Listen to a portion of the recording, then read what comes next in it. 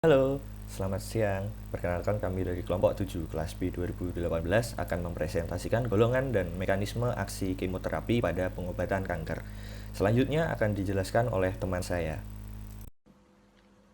Apa itu kemoterapi? Kemoterapi merupakan terapi penggunaan obat saja, bisa aspirin atau penisilin, untuk mengatasi segala penyakit. Namun, kebanyakan orang lebih mengenal istilah kemoterapi sebagai pengobatan untuk penyakit kanker. Kemoterapi juga dikenal dengan istilah kemo, atau dalam bahasa medis juga dikenal sebagai terapi antineoplastik atau anti kanker dan terapi sitotoksik atau pembunuhan sel. Tujuan dari kemoterapi ini ada 3, yaitu menyembuhkan, mengontrol, serta meringankan. Kemoterapi juga bisa diberikan bersama dengan terapi pengobatan yang lain. Yang pertama ada adjuvan kemoterapi. Disebut adjuvan apabila digunakan untuk membunuh sel kanker yang tidak terlihat. Biasanya diberikan setelah operasi pengangkatan kanker atau setelah radiasi. Contohnya yaitu pemberian terapi hormon adjuvan setelah radiasi untuk kanker prostat. Yang kedua ada neoadjuvan kemoterapi, yaitu diberikan sebelum terapi utama kanker. Pemberian di awal dapat memperkecil ukuran tumor kanker sehingga pengangkatan tumor saat operasi akan lebih mudah. Begitu pula jika dilakukan terapi radiasi. Neoadjuvan juga dapat membunuh sel kanker kecil yang tidak terlihat saat scan atau X-ray. Ada beberapa perbedaan tipe obat kemoterapi yang dibedakan berdasarkan cara kerjanya, struktur kimianya, dan hubungan atau interaksi dengan obat-obatan lain. Karena beberapa obat beraksi dengan lebih dari satu cara, obat tersebut dapat termasuk ke dalam lebih dari satu golongan. Mengetahui cara kerja obat kemoterapi ini sangat penting untuk memprediksi efek samping yang mungkin terjadi. Tipe obat kemoterapi sendiri yaitu ada alkylating agents, antimetabolit, natural products, miscellaneous agents, serta hormon dan antagonis. Agen biologis dan bertarget yang bisa digunakan, yang pertama ada antibodi monoklonal, yang kedua ada cell surface glycoprotein antibodi monoklonal, yang ketiga ada agen yang mentarget growth factor reseptor dan ligand, yang terakhir ada terapi imun dan biologis. Lalu untuk cara menentukan obat kemoterapi apa yang akan dipakai bisa dilihat dari faktor-faktor berikut, yaitu usia pasien, tipe dan stage kanker, kesehatan pasien secara umum, penyakit serius lain yang diderita pasien seperti penyakit hati, jantung, dan ginjal, serta tipe pengobatan kanker yang pernah dijalani sebelumnya. Yang perlu di-planning dari pengobatan ini adalah dosis, schedule, serta perubahan pada dosis dan schedule. Yang pertama yaitu planning dosis kemoterapi. Dokter akan menentukan dosis berdasarkan body surface area dengan menggunakan tinggi badan dan berat badan pasien. Obat kemoterapi diukur dalam satuan miligram. Ada beberapa kondisi yang memerlukan penyesuaian dosis obat kemoterapi, yaitu anak kecil, orang dengan status gizi yang buruk, orang obesitas, orang yang sedang menjalani pengobatan yang lain, orang yang telah menerima terapi radiasi, orang yang memiliki jumlah sel darah merah yang rendah, dan orang yang mempunyai penyakit hati maupun ginjal. Untuk schedule, kemoterapi pada umumnya diberikan pada interval yang disebut dengan cycle. Hal ini memberikan waktu untuk sel normal agar bisa recover dari efek samping obat. Kemoterapi juga harus diberikan secara hati-hati agar sifat anti cancernya bisa maksimal sekaligus dapat meminimalisir efek sampingnya.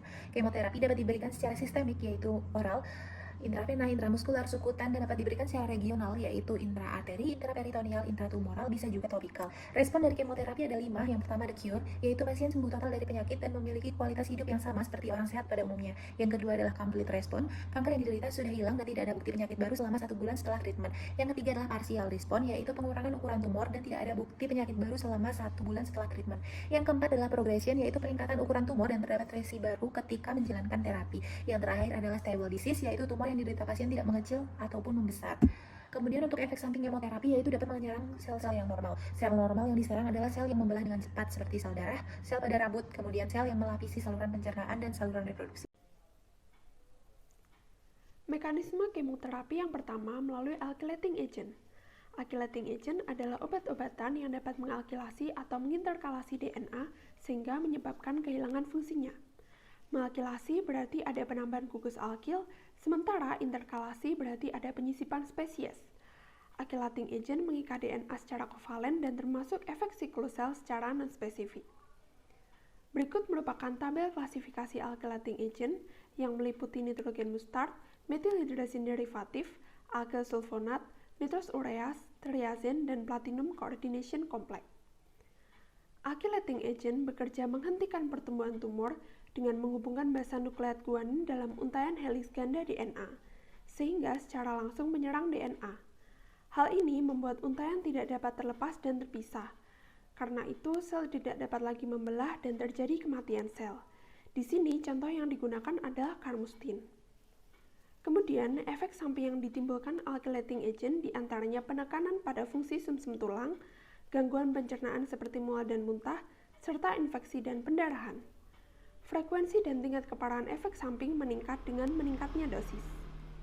Untuk selanjutnya ada antimetabolit yang berdasarkan keywordnya di PPT. Antimetabolit adalah kelas obat anti kanker yang didefinisikan sebagai senyawa yang secara struktural mirip atau analog dengan molekul alami seperti basapurin dan lain-lain yang diperlukan untuk reaksi metabolit primer. Dengan adanya antimetabolit akan mengganggu proses metabolisme normal dalam sel, dengan demikian akan mencegah sintesis DNA, RNA, dan juga pembelahan sel.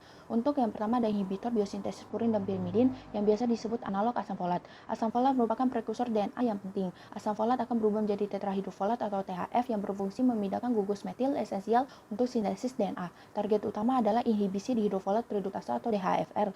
Untuk contohnya ada methotrexate, ralitireksat, pemetrexat. Berdasarkan strukturnya itu sangat mirip dengan asam folat, hanya berbeda pada gugus OH dan M pada methotrexat. Untuk mekanisme aksi methotrexat, pertama dibawa oleh reduce folate carrier atau RFC yang kemudian akan membentuk methotrexat poliglutama oleh bantuan enzim FPGS. Baik methotrexat maupun methotrexat poliglutamat ini dapat menghambat enzim DHFR yang akan mengkatalisis konversi dihidrofolat menjadi tetrahidrofolat.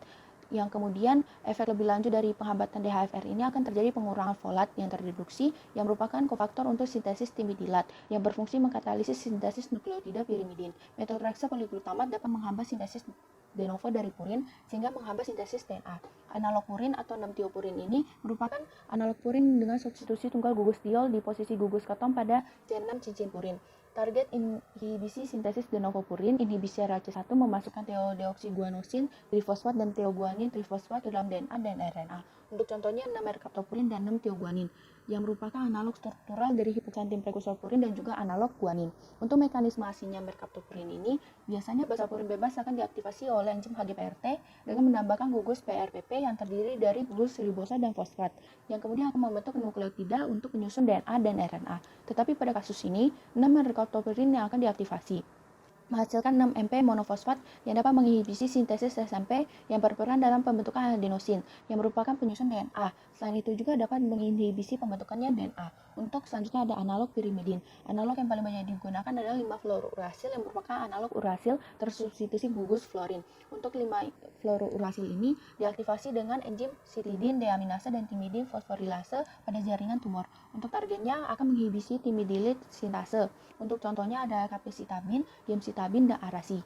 Untuk capecitabin merupakan produk dari 5-fluorourasil. Capecitabin akan dikonversi oleh enzim hati karboksil esterase menjadi 5-DFCR yang kemudian akan menjadi 5-DFUR oleh sitidin deaminase yang dihasilkan oleh hati dan tumor. 5-DFUR kemudian akan menjadi antimetabolit 5-fluorourasil oleh timidin fosforilase yang kemudian menjadi 5-FDUMP yang akan menghambat timidilat sintase yang akan menghambat sintesis DNA. Untuk selanjutnya ini ada rangkuman dari berbagai antimetabolit yang sudah disebutkan tadi.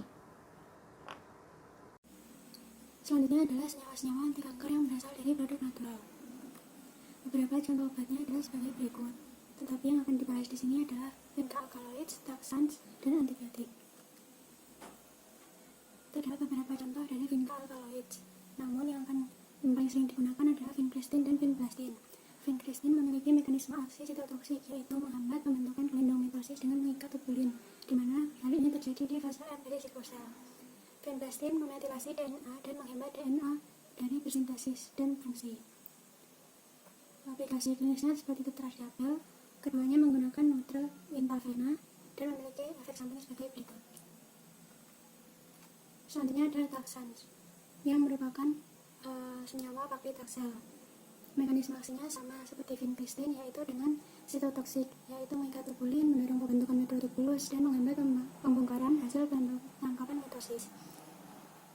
Efek sampingnya yaitu mielodepresi dan neuropati. Berikut merupakan gambar senyawa dari paclitaxel. Terdapat beberapa antibiotik yang biasa digunakan untuk mengatasi kanker, namun yang paling sering digunakan adalah doxorubicin atau adriamycin. Mekanisme aksinya yaitu dengan menghambat sintesis DNA dan RNA dengan aplikasi klinis, rute, dan efek samping sebagai berikut. Hormon antagonis dipakai pada kanker-kanker yang dipengaruhi oleh hormon. Obat antihormonal dibagi menjadi 3 yaitu SERM, AI, dan LHRH. Tujuan ketiganya mencegah pertumbuhan kanker yang diprediksi memiliki hubungan dengan kadar estrogen sebagai pemicu pertumbuhan sel kanker. SERM bekerja dengan bersaing kompetitif dengan estrogen dalam menduduki reseptor estrogen sehingga mencegah pertumbuhan sel-sel kanker yang dipengaruhi hormon estrogen. Golongan AI bekerja dengan cara menginhibisi konversi hormon aromatase yang berguna untuk mengubah androgen menjadi estrogen dan hanya dapat digunakan untuk pasien kanker payudara usia postmenopausal menopause. Sedangkan LHRH dengan cara kerja agonis di kelenjar hipofisis pada GnRH sehingga menyebabkan penurunan secara tidak langsung terhadap kadar estradiol yang hanya dapat digunakan untuk usia premenopausal. Obat-obat ini memiliki efek samping berupa hot flashes, sakit kepala, mual muntah, ansietas, sulit tidur, dan juga sering dikaitkan dengan kejadian osteoporosis. Berikut adalah contoh obatnya. Seperti yang terlihat pada tabel, tamoxifen yang merupakan anti-estrogen dipakai pada breast cancer, terutama pada yang mengekspresikan estrogen reseptor atau progesteron reseptor yang tinggi atau overexpress. Hormon ini tidak bisa dipakai pada triple negative breast cancer di mana estrogen dan progesteron reseptornya tidak overexpress. Adapun mekanismenya adalah pada sel kanker payudara ER-alpha-36, estrogen menginduksi nuklear translocation dari ER-alpha-36 untuk mengatur aktivitas transkripsi ER-alpha dalam meningkatkan ekskresi ALDH1A1.